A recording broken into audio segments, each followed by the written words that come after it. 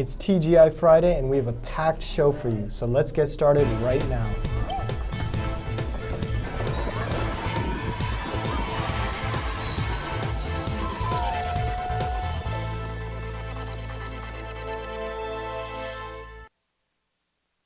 Good morning, St. Mary's. I'm Molly. And I'm Tommy. And we have a very special guest who dropped by this morning. Let's head over to Studio B and Dr. Imperial.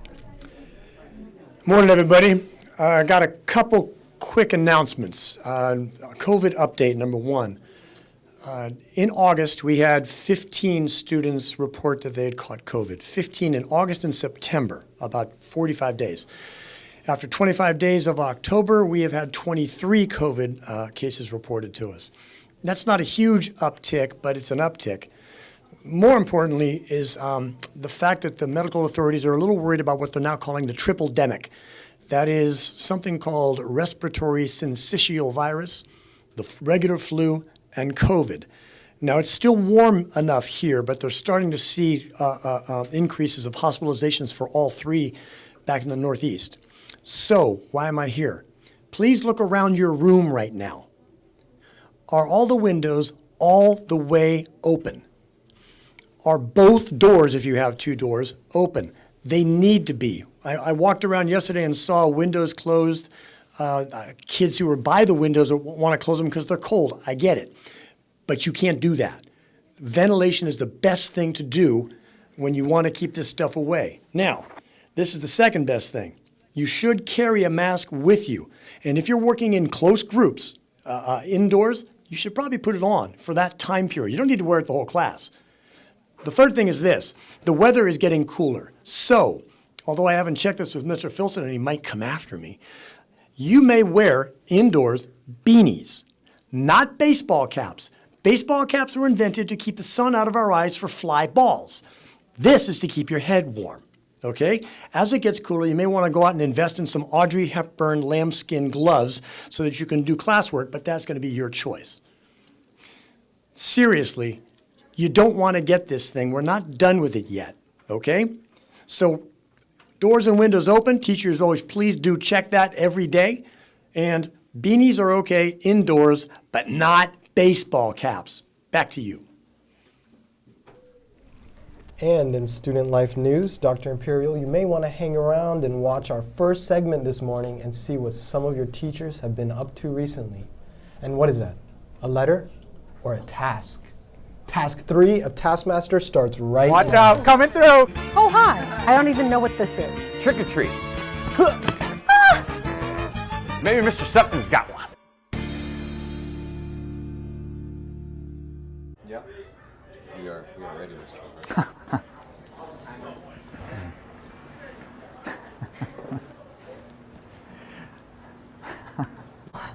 I'm almost done, I hope.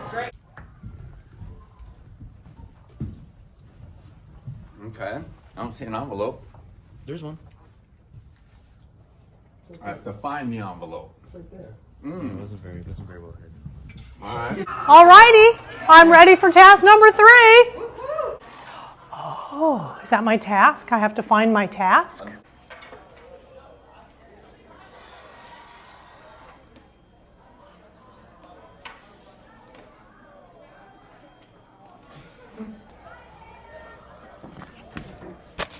It'd be nice if you all gave me a challenge for once. Ah, gosh.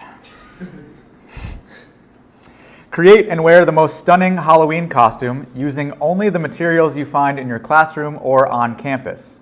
Your costume must be recognizable. You have 10 minutes to complete your costume. And 1 minute to strut your stuff.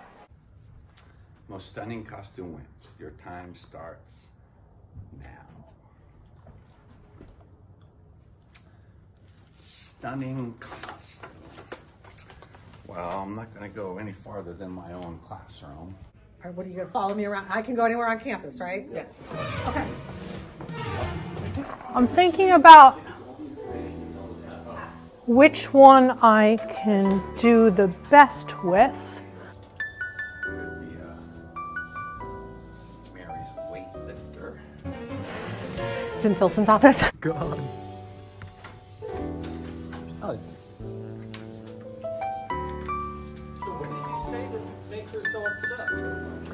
Brother Dan, can I borrow? Oh, I'm kidding. Wait, is it like in the theater? Am I gonna have to run? Or I'm supposed to stay here though, aren't I? No, it said on campus. How long do I have? 7 minutes? Okay. These are a little short for Mr. Rogers. Watch out, coming through, coming through. Oh!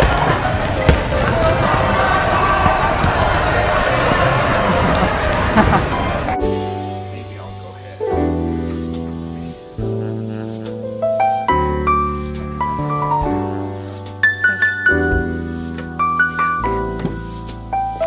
Got it. Bottoms are gonna be the problem. Ooh! Wow, could I get enough of this? Might be tough. Better than nothing. Now I have a minute. You have a minute to go strut. Can I go through here? Oh, that's just outside. Can I go in here? Oh.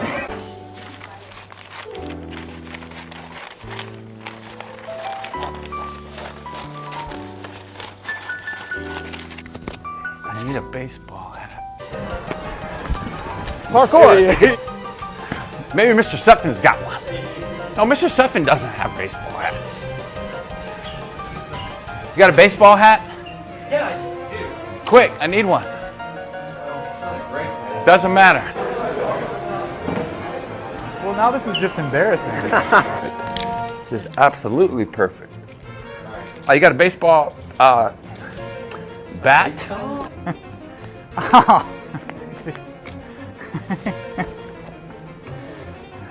Wow. I didn't know this was here. Hello? Give me love. Just hanging out here playing a little baseball.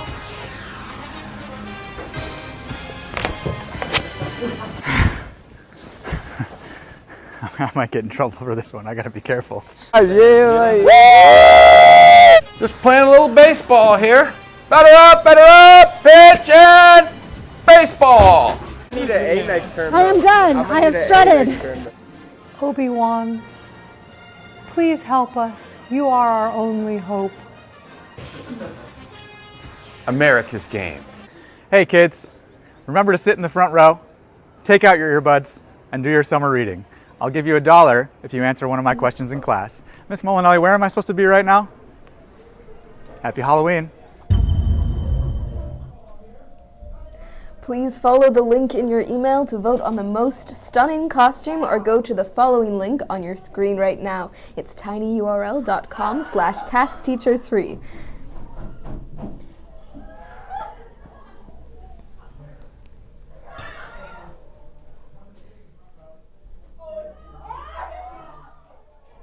And come to the CrossFit break to get some, and we have, Our initial votes, Miss Mahoney is coming out strong. Let's see how she fares at the end of this show.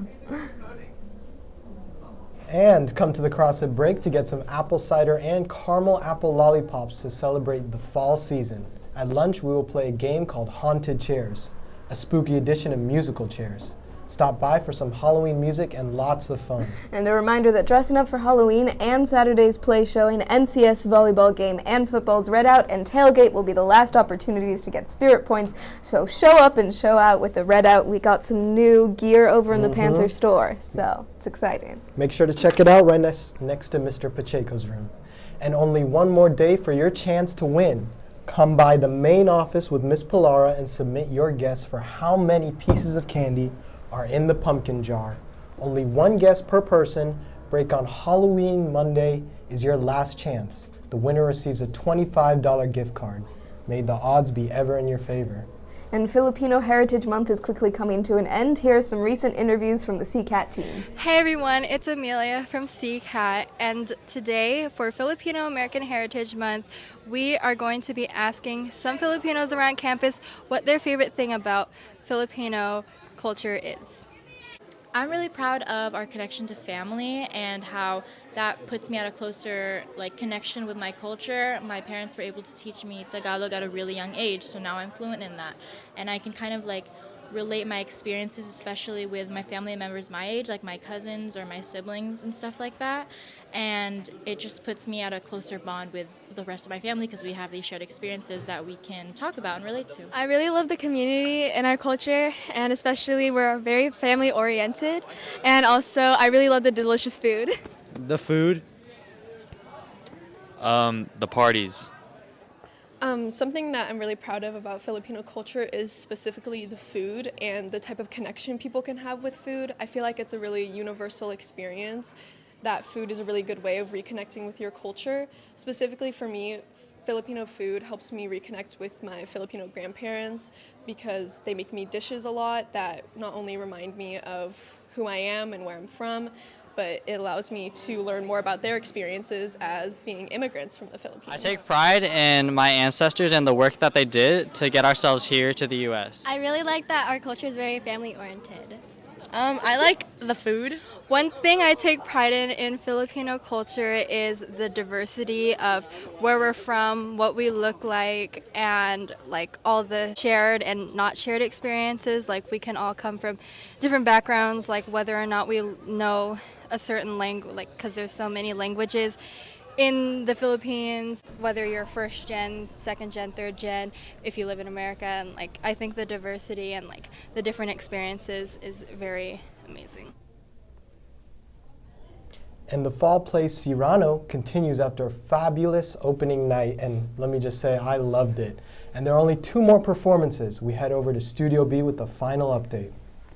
Hi, I'm Rainey, and I'm part of the cast of Cyrano de Bergerac. And I'm Laura, I'm one of the stage managers. We're here to remind you that we have 2 shows left, tonight and tomorrow night, and doors open at 6:30. Remember to reserve your tickets on the school website. See you there. And now back to announcements.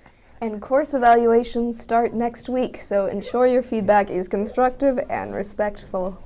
And our friends with the Senior Project Inclusive Community Team wants us to share this special LGBTQIA spotlight.